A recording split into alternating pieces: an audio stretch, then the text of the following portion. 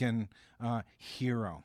And we are really honored to be here. We're going to give you a lot of sound from a march that took place in downtown Tucson. But as we said just before airtime, we received the very troubling bad news that our good friend, our good brother, John Ross, has left this earth, but he has left a legacy of great worth. I was talking with Miguel Gavilan Molina, who joins me to remember John, and we were saying that John was more. Was sort of like a more Mexican than American, the way this town, Tucson, is more Mexico than the United States of America, although lots of politicians are trying to make it seem differently. John Ross, Miguel, one of the best reporters in any part of the world. Not only was he courageous, frontline, went to the scene of the crime, reported without flinching, was never bought off. He could write, he could talk, he could analyze, synthesize, and he could write poetry.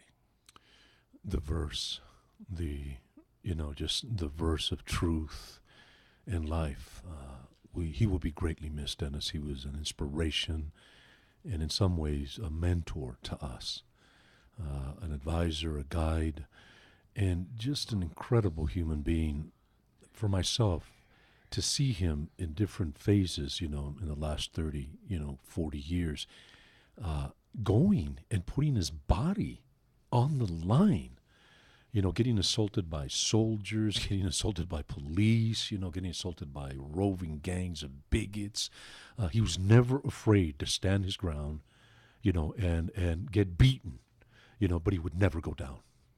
And he never took an action that wasn't deserved of an action. Exactly. He was not a self-promoter.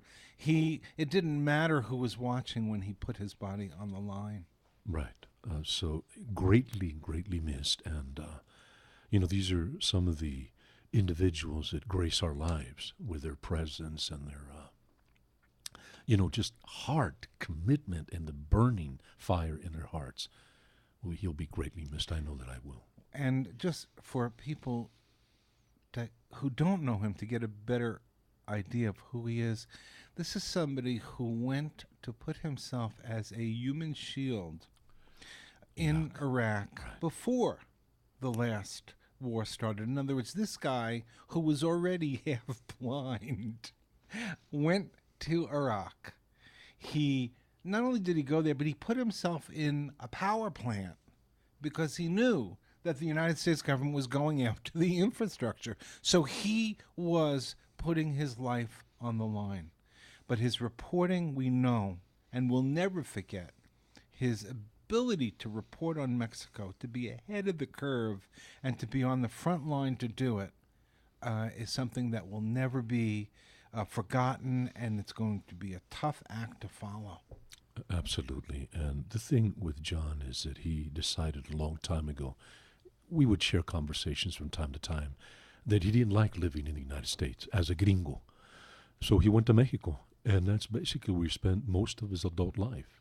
He had a home in Mexico City, wrote for the left-leaning publication La Jornada, and was known throughout the country as an activist, as a writer, an author, and a great teacher, a grand maestro. Again, Dennis, a moment of silence, and we da la despedida, John. Well, we know that many of our brothers and sisters are planning all kinds of events and ways to remember John. Here's what I remember in terms of the last communication. I wanted John to talk about the most recent killings in Juarez. And I got an email back from him saying, how can I say this? I'm dying of cancer, Dennis. Call John Gibler now. Right. He was passing the torch. Beautiful. Yep, we're going to miss him. You are listening to Flashpoints on Pacifica Radio. We are in Tucson, Arizona, and this is your daily investigative news magazine. Well, we were out with the protesters today, and one of those protesters who is hosting us here at the Coalition de Derechos Humanos is Kat Rodriguez. And Kat, before we go to our first sounds from the march and the action, I just wanted you to share for a moment. Thank you for hosting us, letting us be here, and tell us about this place. As I look to my left, I see boxes full of crosses with names on them and ages, and most of the ages are very young. Tell us about this place and why those crosses are there. Well, Derechos Humanos as you see, we're a tiny little human rights organization based here in Tucson. We've existed, many of the members have been active since the 70s and even before on human rights issues. Derechos Humanos was formed in 1993 in response to the murder of a migrant by a Border Patrol agent. And at the time of the trial, the agent was actually taken to trial, when I think it was probably the first time ever. The agent said, this is war. This is war, and this is how you have to behave in war. And he had shot Dario Miranda Valenzuela in the back and half buried him, and his own partner turned him in. And so when this Border Patrol agent was exonerated of all charges, the community was outraged. And so the question began to come out, like, if this has happened, I mean, right in front of us, what else is going on? So we were formed in the beginning as a project to document abuses by law enforcement. Since that time, we've evolved. We do, the heart of our work is always still the know your rights stuff, teaching people what are your rights when you're pulled over with the police, with the Border Patrol, what should you say, what shouldn't you say, those very basic things that everybody should know. We also have had to expand a bit to do landlord-tenant housing, labor abuse. And the crosses that you see in there, since 2000, we have done a Dia de los Muertos pilgrimage, an 8-mile walk to recognize that people are dying on the border. In 2000 was when the deaths began to spike. They actually began in 1994, same time as NAFTA, right, which was supposed to solve the immigration, quote, problem. And that's when we began to see the deaths. And so what you see in there is, we make the crosses every year to recognize that these are people, the remains of individuals that have been found. We don't even say it's the migrant deaths because we don't know how many people have died. We can only recognize what's been recovered. And, that's, to us, this is the reality is it's a human rights crisis on the border. We're not saying that to be dramatic. We're saying, look in that room. There's more than 2,000 deaths that have happened in Arizona, just in Arizona, that we know of since 2000. There are a lot of crosses there. Yep, there are. And we don't hear a lot about this violence. And this is a very violent death on the desert, isn't it? It is a horrible way to die. I wouldn't wish that way to die on my worst enemy. I mean, it's, imagine, I heard a medical examiner or read an article and he described it as dying like that in the desert and the heat, because we also have cold-related deaths, but most people are dying of hypothermia, overheating. He said it's like being crushed by a large weight, the way your organs shut down from the inside. Just a lack of water. And what's also not talked about is every year there are a lot of people who are saved on the brink of death, people in their 20s, and their kidneys are destroyed. And then they're deported to Mexico, where they're now going to be forced to find dialysis for life, which we know, the resources in Mexico, they left Mexico, there was no money. Where are they going to go back and find these kinds of things? So not only are we killing people here, but we are wounding them, we are maiming them, where, people are leaving without arms and limbs and relatives. It's horrible. And this organization, I don't know how to put this, but is also devoted to not only uniting families and keeping families together, but uniting them after death, that you try and help people find out who's lost, who's missing. Yeah. Could you talk about that? Well, we've been tracking the deaths through medical examiner data for about 5 years. The 3 border counties have give us once a month reports, which we put on our website so people can see the truth out there. But because of that, we also get a lot of calls about missing people. You know, my brother was crossing 2 days ago, or he was crossing a week ago. We haven't heard from him. Very, very common. Or someone in the group said that, he got sick and they left him behind. So it's gotten to the point even where we've actually formed a relationship with the Pima County Medical Examiner where we field all their missing persons calls. So if somebody calls the medical examiner's office and says, my mom was crossing 2 weeks ago, we haven't heard from her, they're referred to us, and we do a whole intake process. And it's not just, what's her name and date of birth. We have to actually ask, did your mom ever break an arm? Did she have dental work? When she's smiling at you, do you see teeth missing? Are there gaps? Did she have any, scars, tattoos, piercings? Dental is the big one, though, because unfortunately the desert is very, very brutal, and in a very short period of time, dental's going to be the only way we're going to find you other than DNA.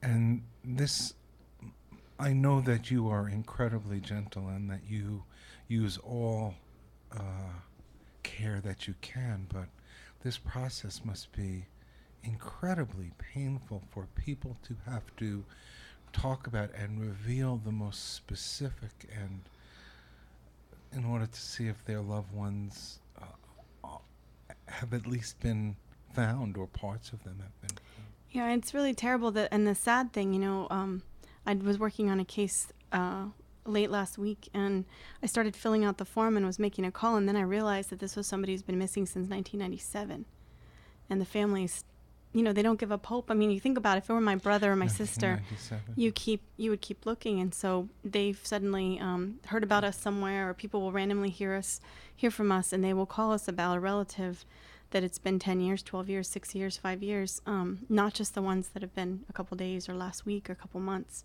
And, but now you're looking at, we have to go back to skeletal remains or remains that have recently been recovered, but there's a date that the forensic anthropologist says this individual died between 1 and 3 years ago, so that puts him in a certain category. And it's I give complete props to the Pima County Medical Examiner. They do incredible work over there.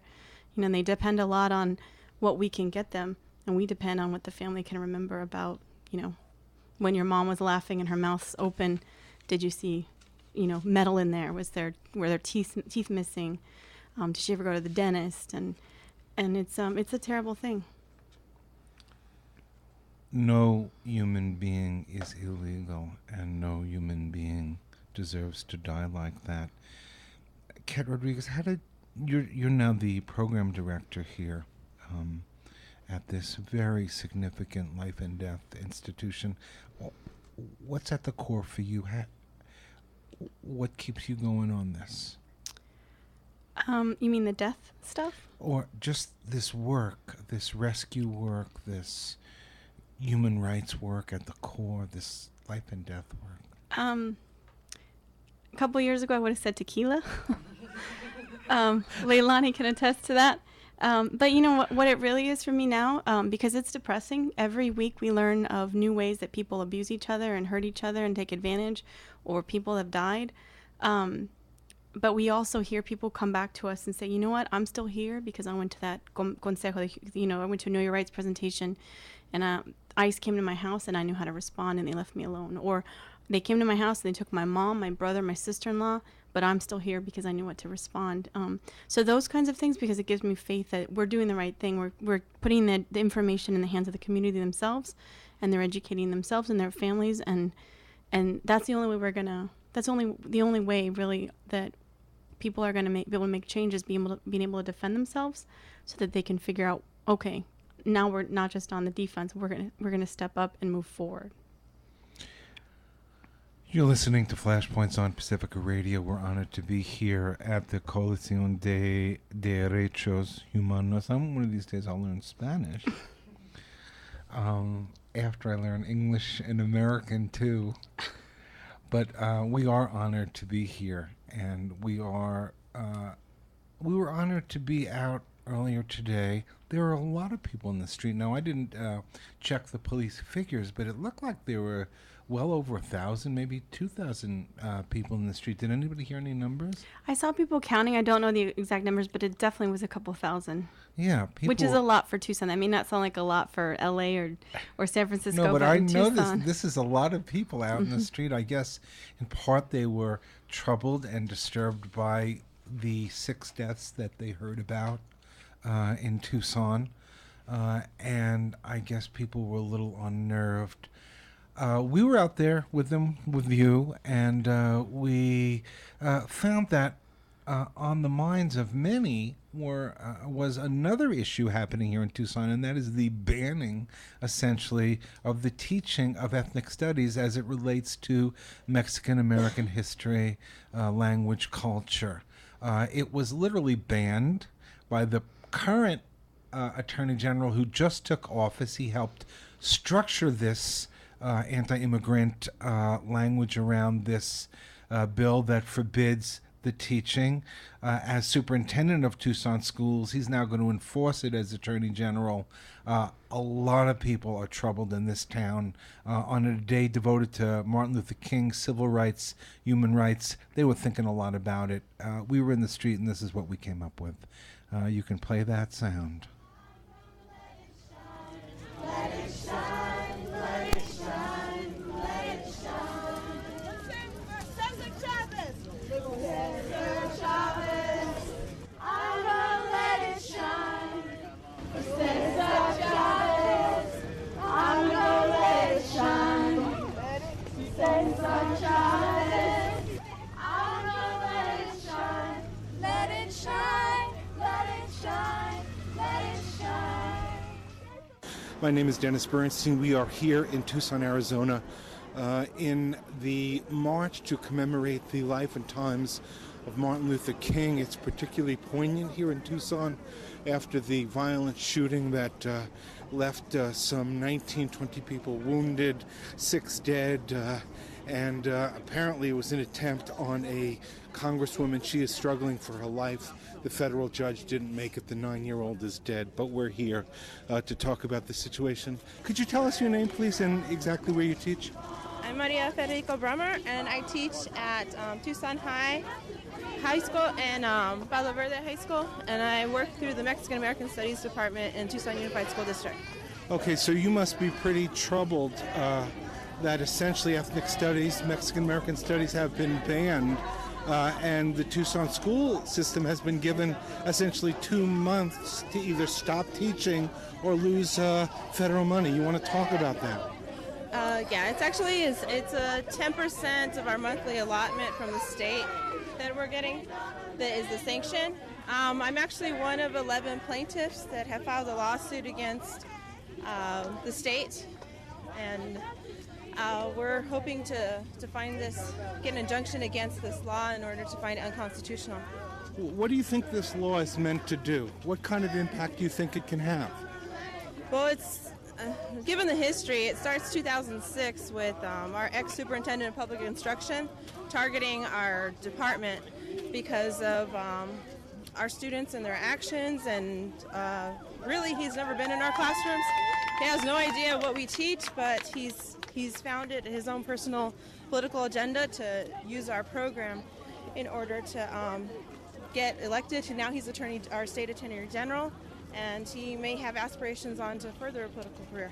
So tell us more about the lawsuit. So this lawsuit is meant to check his actions as Attorney General and question this, I guess, if you have to, up to the Supreme Court. Yes, we're prepared to take it to the Supreme Court and appeal it as far as we can. We consider it our obligation to our community. Our community, as you can tell, we have an active community. It was a grassroots movement in order to establish our department. It began 1996, 97. The movement began, and we have our department created in 1998. And so for me, I'm a part of Tucson. I grew up here. I'm a part of this community, and it's a sense of pride that I have for having the only K-12 Chicano Studies program in the nation that has been a district-supported program. And so we're going to defend it till the end for our students, for their families, for our children, and for those elders that struggled so much in order to have this department part What of is lost if this department disappears, if this ban holds? What do we lose? For us, it's a civil rights legacy here in Tucson. A lot of our families struggled through segregation, through corporal punishment for speaking their native language in schools, and this is something that our culture is now a part of our classrooms. Our students feel empowered because in the first time in a lot of their lives, their learning is going beyond the classroom, going into their homes, going into their communities. And so that's a tremendous loss, where education is so valuable for them that they not only are there for content, but they're there for what they value. They're everything about them, everything that makes them. Their personal goals are completely transformed after being in our courses, and it's something of a sense of family that they feel as well. My name is Cesar Lopez. I'm a Southside resident in Tucson, Arizona. I'm a native of Tucson and Nogales border town. Was born in between Nogales and Tucson. I'm a community organizer using sustainability and migrant rights and community organizing in the south side of Tucson, fighting strong, building families and building youth and building community power through education and through bringing people together so we all bring our solutions together. So it's the community organizing, uniting to fight, building power from the ground up, grassroots stuff. Something that we're doing here. We were some of the folks that, I know y'all are from Tucson, but you might have seen that we reject racism posters out all over the place, different neighborhoods. So I'm part of Tierra Libertad organization, TYLO, Barrio Sustainability Project, and y'all are welcome actually to come later on and check out our spots down on the south side, farms and all that good stuff, yeah? And there's some other cats here too. Do you see racism at the core in terms when we talk about violence in Arizona? A lot of people know about the shooting. Are there other kinds of violence that people need to understand? Well, the thing is that our hearts go out to our hearts and our compassion goes out to the victims and families of the shooters. What we have to see is that we can't have everybody victimized, and we can't have the aggressors be victimized either, because there's tragedies like this that happen on a daily basis along the borders of Arizona, in the neighborhoods when it comes to raids. A lot of people are talking about SB 1070, and SB 1070 is huge and ugly, but really it's just an institutionalized version of what already was happening. SB 1070 has not been written once as a ticket in Arizona because there's already laws in place that people are using to tear families apart. We're seeing 500 deaths on the border right around this radius and stuff. So anyways, I think there's all kinds of different kinds of violence. We need to recognize it. We need to confront the real truths, and we need to fight against those real truths. We need to look ourselves in the mirror and go through it. So anyways. Thank you. This is MLK March, and to touch upon Dr. King Jr., he did wonderful, great things through the rallies and the marches and the boycotts he did with the unions, but yet they decided to assassinate him in the minute where he was empowering the community, when he felt that the people were empowered enough to do things right, to stand up for their rights. That's when, unfortunately, he got assassinated. That's what we're seeing here. We are in some shape or form assassinating our kids from learning what their culture, what their heritage is giving them, by shutting down Raza studies and bringing all these speculations and how it's going to turn them against the government. That's a bunch of rhetoric. It's a bunch of politics. Yes, indeed, a bunch of rhetoric, a bunch of politics, but what we're doing here in Tucson, Arizona is trying to give you some of the on-the-ground truth in the context of the life and times of Martin Luther King. This is Flashpoints, your daily investigative news magazine. We are in Tucson, Arizona today. Earlier today, we were along for a march in celebration of the life and times of Martin Luther King and remembering his legacy for civil rights, for human rights, speaking out against war and for the people. And it was a very interesting context to be here in Tucson. One of the reasons that our Flashpoints team came here is because we thought this would definitely be a place where King would be fighting this battle for human rights on the front line. And he would certainly be here today and this week and this month and these years. And I think he would have come up with a little bit of a different policy as it relates to migrant and immigrant rights policies, and maybe he wouldn't be using drones at the border and in Afghanistan. We continue our dialogue on the banning of ethnic studies and Mexican American studies with an interview we did earlier today with a professor at the university, Roberto Rodriguez, teaches ethnic studies, is getting ready maybe to be sentenced to go to jail for resisting this implementation of this ban, this attack. You have to say it's an attack, it's oppression against the expression of Mexican culture, Mexican music. It is straight up racism. Listen to this. This should be Roberto Rodriguez. My name is Dennis Bernstein. I'm here with the Flashpoints crew in Tucson, Arizona on a day devoted to the commemoration, memory, life and times of Martin Luther King. And we've come to Tucson for many reasons. The violence that we've heard about, all of us, and the violence that has continued here for some time in terms of the racism and the attacks on migrant immigrant workers. We're in a park, Reed Park, in Tucson after a 3-mile march.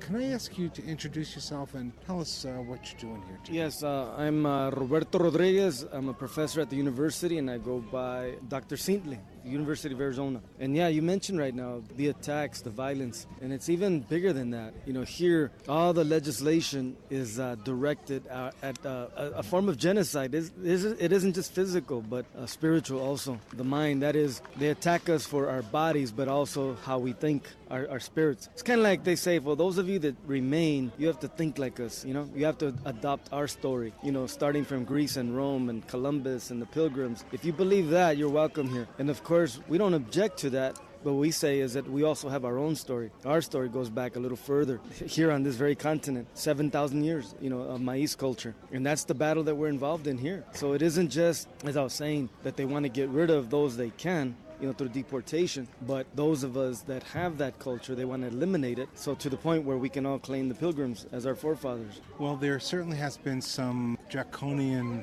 laws passed now, SB 1070. There's an attempt to ban ethnic studies. Actually, officially, they have been banned in the Tucson school district, in a city, really, that's more Mexico than the United States. Your response? Oh, it's amazing, but see, even more amazing than all of that is that last week, when the whole country was mourning, when the president showed up here to Tucson, the state legislature introduced a new law. It's SCR 1010, and it basically calls for the nullification of international law in Arizona. And again, it's already been introduced the same day. So if you could imagine the ramifications, international law is pretty much concerned with human rights law, violation of civil human rights. And so what they're saying is we don't care about the world. We don't care about humanity. Whatever we say goes. And when you have a Republican-dominated state house, state senate, and governor, that means they could do whatever they want. And so they're saying if we say so, then any international law that protects the rights of what we call minority, or what people call minority cultures, we don't call ourselves that, but by international law, that's what we would be considered, a minority culture. All these treaties are designed to protect us. And they're saying, you know, sayonara to those protections. They're pretty much saying is you're not welcome, you're not protected. What Arizona says, that's what it is. Now, this pertains in part, large part, to the militarization, the expanded militarization of the border between here, Tucson, and Mexico. And, well, talk about the different kinds of violence that come out of the militarization and the suffering that people don't hear about. It was a tragedy when 6 people died in Tucson, but tragedies are occurring here all the time, and they have a lot to do with the policy you're describing, and what's happening with the military and the border. Could you talk about that? Yes. You see, I don't think we have enough time to explain the entire violence because it goes back 518 years, but we'll limit it to the last, say, several decades.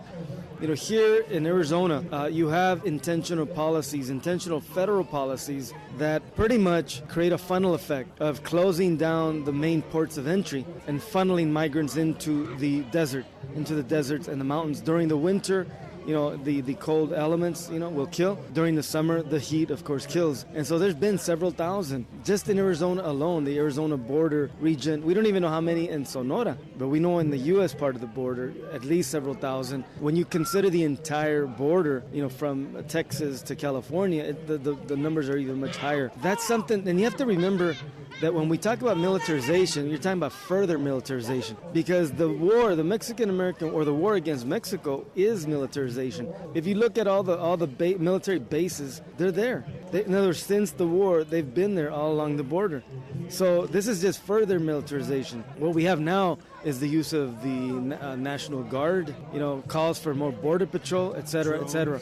Yeah, of course, and all the technology that has been used in Iraq and Afghanistan is being used here now. So it's just, again, we would just call it further militarization, because it's always been here. And I'll tell you, see, this is why they want to eliminate ethnic studies, because see, we've been taught not the way they see history, that is the school board, the way the state, the way they want us to look at it.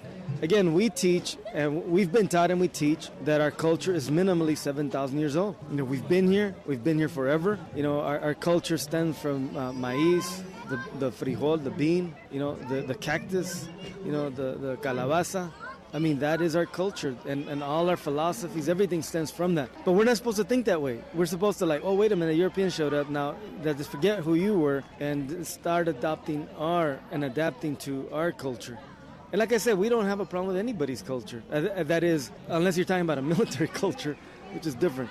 But, I mean, all culture's good. In my opinion, there's no such thing as one culture being better or superior than another culture.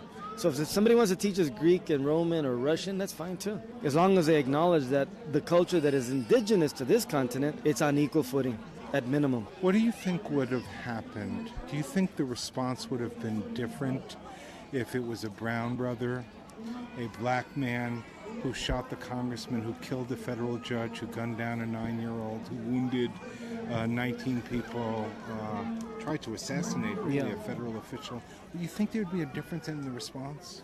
Well, I think it's self-evident. I don't know that we need to talk a lot about it, because we already know the answer. I think what we have to look at is what exactly did happen. Since nobody really knew, but what people did know, that there's a lot of hate here, a lot of hate in Arizona. And then all of a sudden, a narrative took over. Let's ignore the hate and let's just deal with the healing. Let's just deal with the heroism. And that's a good thing, but not at the expense of denial. So that's what's actually taken over the entire country. We were saying this is going to happen as soon as they leave. As soon as the cameras leave, we're going to be back to normal. But you know what? We didn't even have to wait for the cameras to leave. That is, it's already back to normal. That is pretending that hate that Arizona is known for, that it's famous for, that it's minor, that it didn't really had nothing to do with this. See, the issue isn't whether Sarah Palin called up this guy and said, hey, I want you to knock out, Giffords and Roll, etc. That's not what's at stake. That's not what we're talking about here. What we're talking about is that a climate exists in this state, and sad to say, it isn't limited to this state. It's just Arizona has the reputation right now of being the lead state, the spear. But the reality is, all these attitudes, they're really anti-Mexican attitudes, or in my opinion, they're really just anti-brown, which translates to indigenous. That's what these attitudes are about. Otherwise, why would there be a problem with ethnic studies? That has nothing to do with legality or illegality. That's that proof, because I know you hear this all the time. People will say, we're not against immigration, we're against illegal immigration. So that's why we tell them, I said, well, what's the problem with ethnic studies? Is there something illegal about it? And that's why we know. See, they want to destroy our mind and the body, the spirit, the soul. They're not content with simply getting rid of us. They want to destroy it. And like I always tell people, they want our spirits, but they don't know where to look. They say there's been a lot of talk about Sarah Palin putting the Congresswoman in the crosshairs. Yes. Some would say that every brown person in this state is in the crosshairs. We know the congressman, not Grimaldi, has been shot at, attacked, death-threatened. Grijalva, you mean? Yeah. Yes. I'm sorry. Please. Yes. And the threats never end. So where does this go from here? You saying back to normal? Well, it's heading worse than normal, if you will. I forgot if I already mentioned it, but yeah, I think I did, right? That the new law. Yeah, that new law that exempts Arizona from international law. Yeah, it doesn't stop. How more ridiculous can you get? The SB 1070 is an attempt to exempt itself from federal law. You know, so now we're talking about international law, so I don't know, it gets crazier. But again, this is not, the truth is, this is nothing new. It's its manifestation, you know, of, say, 2010, 2011 now. But the reality is, if you go back in history, there has never been a time where the Mexican population was accepted, just like the indigenous population was never accepted. It's been a war. See, we're supposed to put blinders and just talk, you know, the last 2 years, the last 3, the last 10. But when are we supposed to go back? Like, take for instance, Manifest Destiny. When was the end date? You know, I think I missed that class because I don't think there has ever been an end to Providence or Manifest Destiny. There's still the belief that God gave Europeans the Americas and that everybody else is either supposed to be gone, eliminated, or converted. And I really believe that's what's at stake here. That's what's at work here. We're not converted, so they still want to convert us. Let's conclude this way. This is a day, among other things, to commemorate the life and times, the work of Martin Luther King. He was a radical pacifist. He did civil disobedience when it was time and when the laws wouldn't respond and when law enforcement and officials wouldn't respond to nonviolent protests, so they took action. Do you think it's time for Tucsonians, for this community to stand up against, say, the new law that bans teaching ethnic studies? Is it time to sit in is it time to take them on in the courts? Oh, it's past time. You see, we not only have lawsuits, but there's 15 of us got arrested when Tom Horn came here to Arizona, to Tucson. He's the former superintendent, now the he was the promoter. General. Yeah, he was the promoter of the ethnic studies law, the anti-ethnic studies law. When he came to sign it, 1,000 students surrounded the headquarters of TUSD and then surrounded the entire block. The guy chickened out and ended up at the state building, so we ended up over there and took over that building. And then after that, 15 of us got arrested, and 5 of us just got convicted for criminal trespass, aggravated criminal trespass. We're going to be sentenced shortly. There's 3 more that have not been tried yet, but you know, we don't understand because some of us were innocent on the same act. But that's just the beginning, believe me, because like when you say that, no, it's long past. You know, people believe. I mean, this is it. This is the only thing I agree with the right wing about is that they call it a civilizational war, and I agree. It is a civilizational war, and they represent all the negative aspects of humanity. So that's what they're defending. The forces of reaction, you know, forces of violence, forces of domination, all of that. That's what they're for, and that's what they're defending. And we represent the exact opposite. If young people say, but you're breaking the law, you tell us to follow the law, and here you are, 14, 15 of you getting arrested, being put in handcuffs. Is that an example you want us to follow? Absolutely. See, think about it. Slavery was legal. Jim Crow segregation was legal. Discrimination was legal. So somebody had to break the law. Somebody had to say, this is immoral, and if it takes getting arrested, if it gets getting our heads clubbed, we will accept that. And we're beyond that point already. You should see the dynamism of the youngsters here. When I got arrested, next to me were 12 and 13-year-olds that got arrested. On my right was a 19-year-old. And it isn't just that. There was a whole series of people. The person that you're going to interview later, Leilani, she got arrested in Phoenix. Protesting 1070. The OTAN Solidarity Committee, Without Borders, they took over the Border Patrol station. So we've been doing this. See, what happens is the whole world is not focused on this. They are focused on 1070, but not on everything else. You know, the 14th Amendment, this is right here, Tucson, Phoenix. This is where they are. The right to citizenship if you're born in this country. Birthright citizenship. They're coming after us right here. Next week, and it might even be this week actually, they're going to go for a law that says they're going to require all children to give information about the legal status of their parents. It's not stopping, and we are resisting. But see, the more important than all of that is creating. See, we call it a creation resistance culture. Because if we simply resist, then we're simply taking our cues from the people that are into domination, into all the violence. We don't want to take our cues from them. We want to assert who we are. And that's why we teach 3 concepts at Raza Studies, at Mexican American Studies. And that's In La Kesh, which means you are my other self. Pancheve, to seek the root of the truth, that's critical thinking. And then Unapku, which teaches us that we're all part of creation. contrary to what they said from when they first got here, that we were all demonic, that we prayed to the devil, didn't know God, all that. Now we try to teach all kids that we're all equal under. I mean, we're all the same. There's no difference. So there's nobody that's better or worse. There's nobody that knows God and the other ones are the devil. Oh, none of that stuff. We teach them to be proud of whatever they are, and if you're mixed, even better. Be proud of all of that you are. So you break the law for a higher good. Absolutely. And I'll tell you, this is a lot of the issues, or one of the issues that I'm very close to is the ethnic studies issue, because it is so not only misinterpreted, but it's literal propaganda. It's like this guy Horn discovered ethnic studies. It's been around for 42 years all over the country and decided it was demonic, literally. He wants, I'm not even making that up. No, and he's proud to say that he actually never came to investigate. Exactly. Because he knew that you guys would all set it up and yes, fool him. Yes, and what he wants is everybody to, know Greek and Roman roots. That's American, but that which is indigenous to this continent apparently is not American. He's a national cosmographer also. He switched the directions on us. All right, we're going to leave it right there. All right, thank you very I much. want to thank you for talking to us today on Martin Luther King Day. Sounds good. In Tucson at Reed Park. You take care now. And we are in Tucson, Arizona. You're listening to Flashpoints on Pacifica Radio. My name is Dennis Bernstein. I'm here with my good friend Miguel Gabriel Molino. Pedro Reyes is turning the controls. And tomorrow we're going to ask Pedro exactly which part of the fence he came over and what his life was like coming into this country. We're close to this story, and it means a lot to us. In the studio is that person, Leilani, who you heard being referred to by Dr. Roberto Rodriguez. She's been very busy since graduating and going through ethnic studies here in Tucson and in the Tucson territory.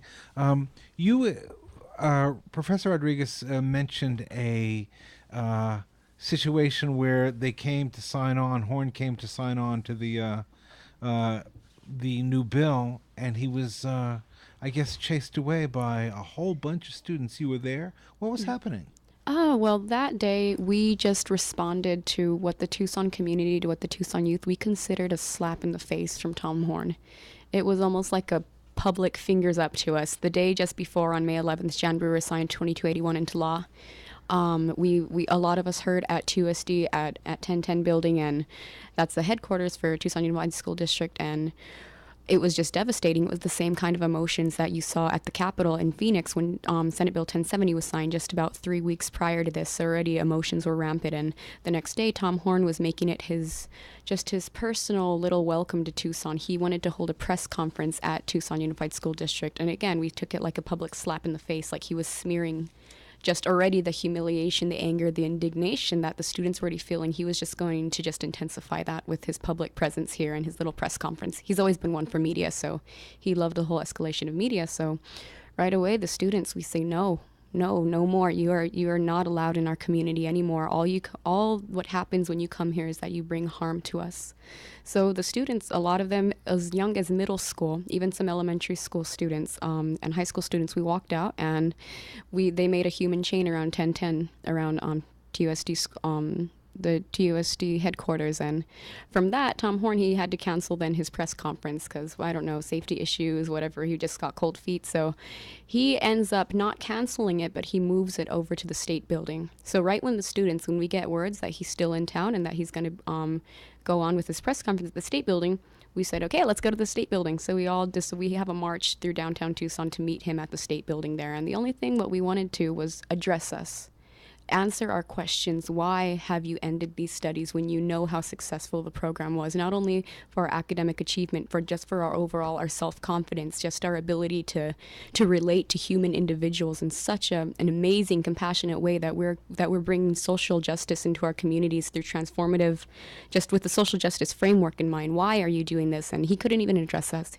He doesn't look at us as students. He looks at us just as menaces, as somebody lower. Somebody that doesn't deserve that education, that pathway on to higher education, to the university level, who we're trying to help out our community. He doesn't see it as that. He just sees us as menaces. Again, like the whole state of Arizona looks at, like people of color.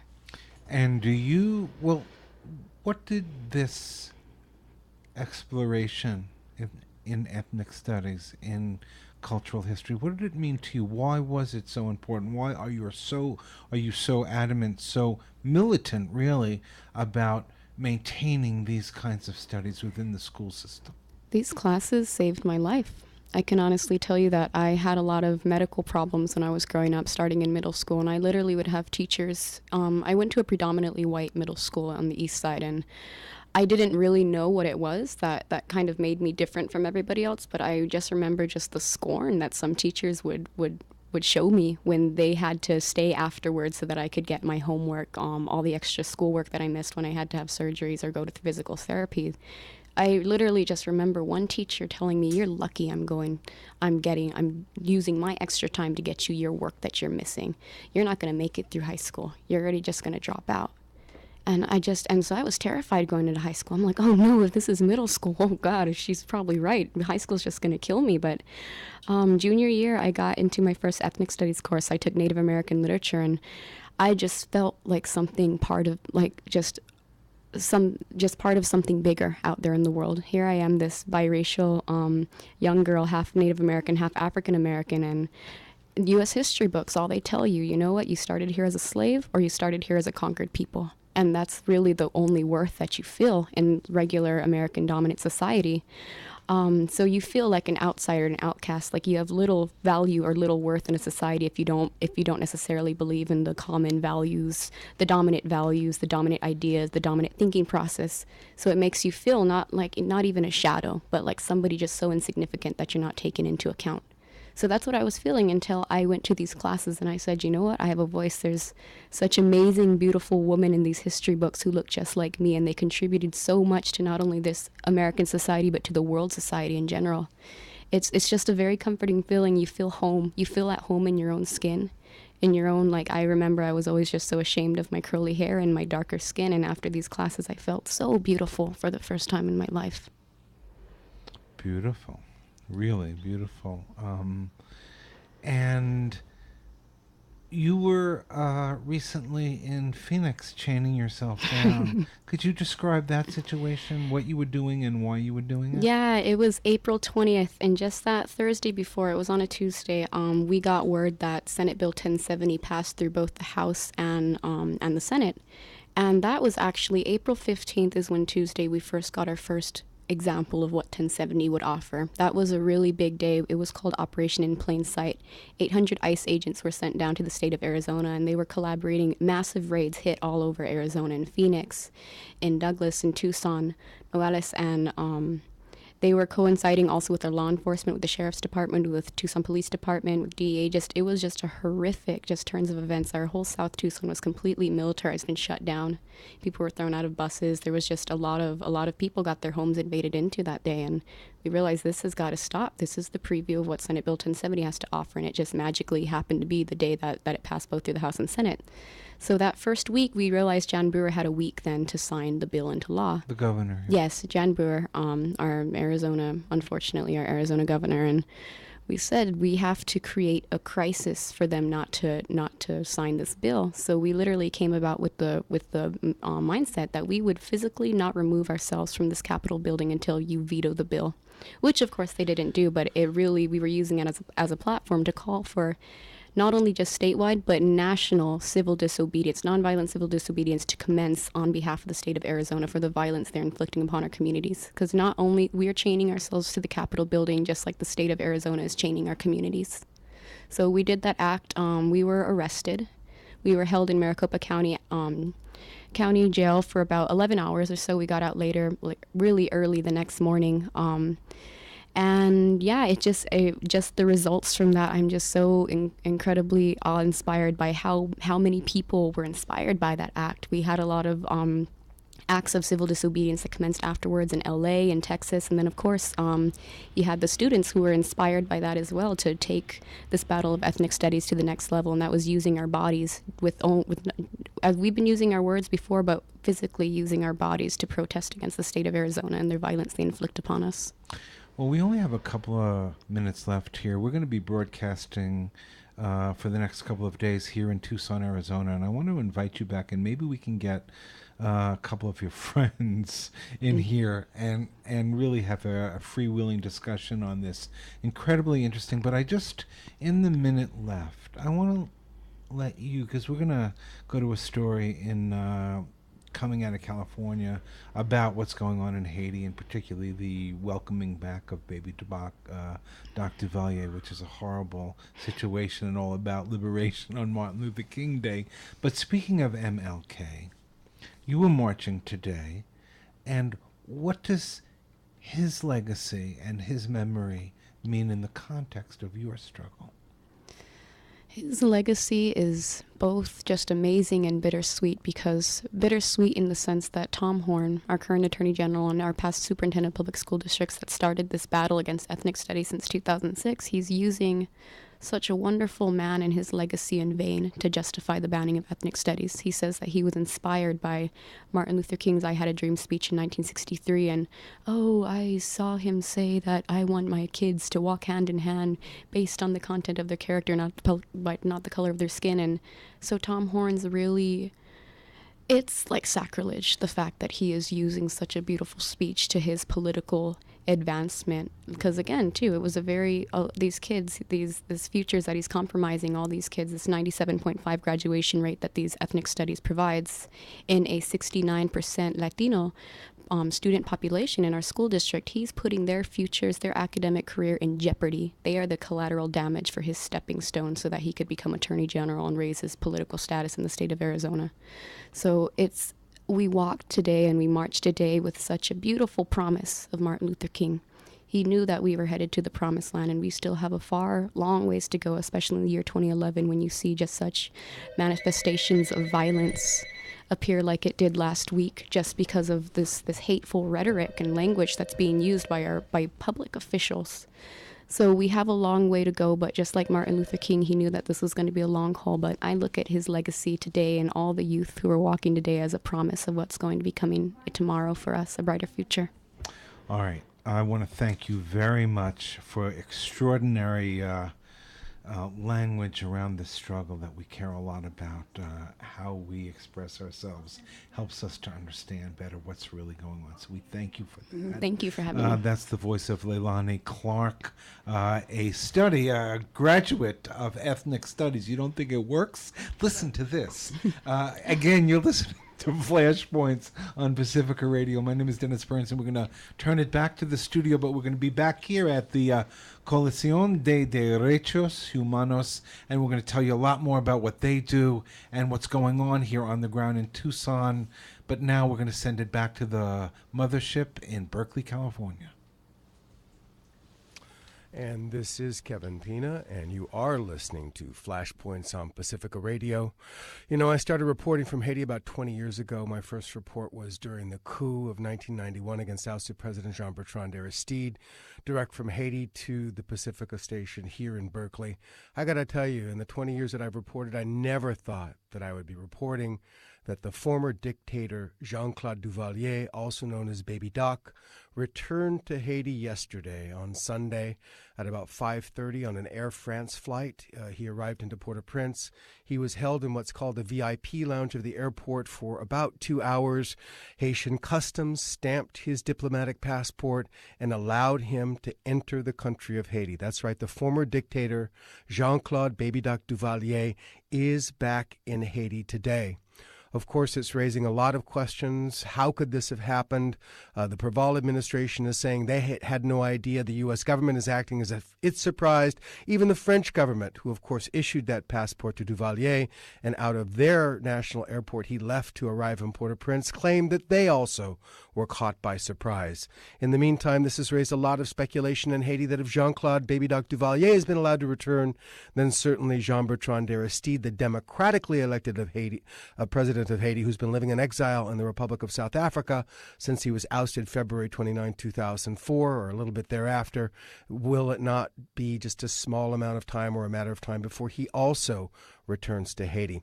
Joining me to talk about this is the former General Counsel of Haiti. He served under two administrations, both the Preval government, his first term in office in 1995, and under Jean-Bertrand Aristide. He is currently the legal counsel for Jean-Bertrand Aristide. I want to welcome back to our program once again, attorney Ira Kurzban. Welcome to Flashpoints, Ira.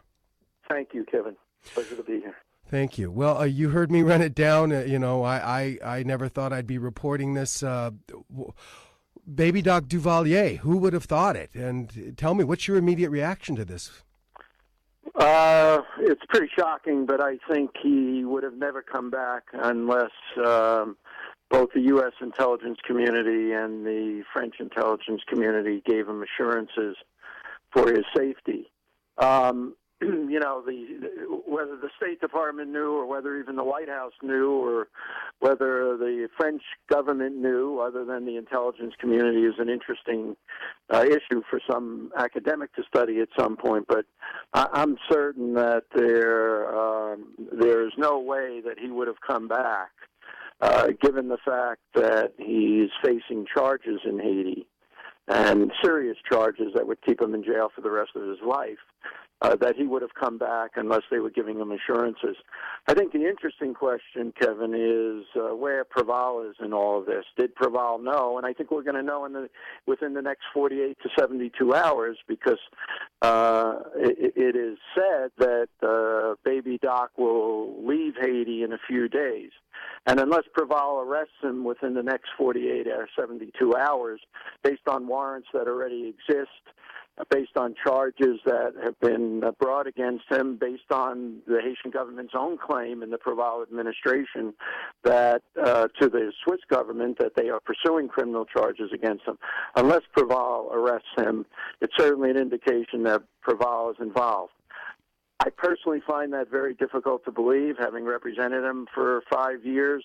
I find it difficult to believe that people of Preval's generation who suffered horribly under the Duvalier regimes, both Baby Doc and Papa Doc, would let Baby Doc go when there's clear evidence that he was involved in a theft of over $500 million of the Haitian people's money, that either he directly or through subordinates ordered torture, mass execution, detention without any formal procedure, and summary execution. So it's going to be interesting, I think, the next 48 hours to see what happens.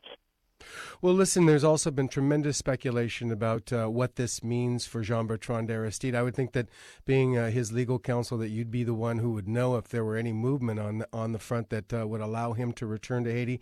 Have we heard anything? Is there any word about what may be happening? Well, President Aristide, as you know, since the time he was kidnapped in February of 2004, is asked to return to Haiti. And as you know from the WikiLeaks statements this week that came out, the United States government has done everything they could to pressure the Brazilians as the head of the UN mission to make sure that Aristide does not return. So I think it's going to be interesting to see what happens. The president has said repeatedly he wants to return to Haiti. He's said that since 2004. He said also that he wants to go back as a private citizen to work at the Aristide Foundation.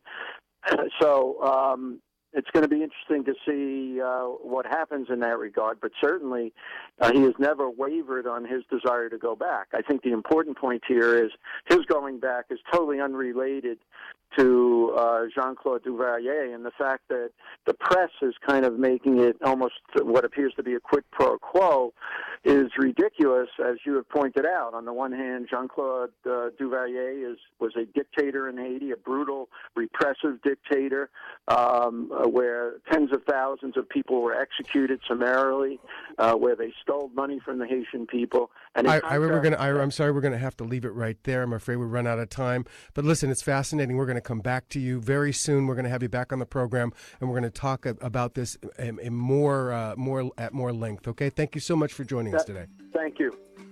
This is Flashpoints on Pacifica Radio. I'm Kevin Pina. Thank you for tuning in.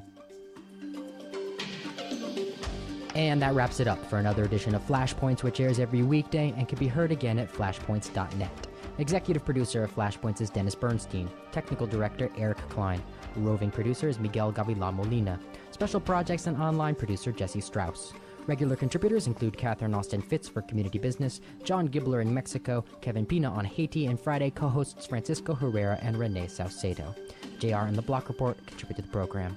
To comment on today's program, please contact us at dbernstein@igc.org. Look us up on the web at flashpoint.net for our archived shows, and follow us on Twitter. Our Twitter handle is Flashpoints News.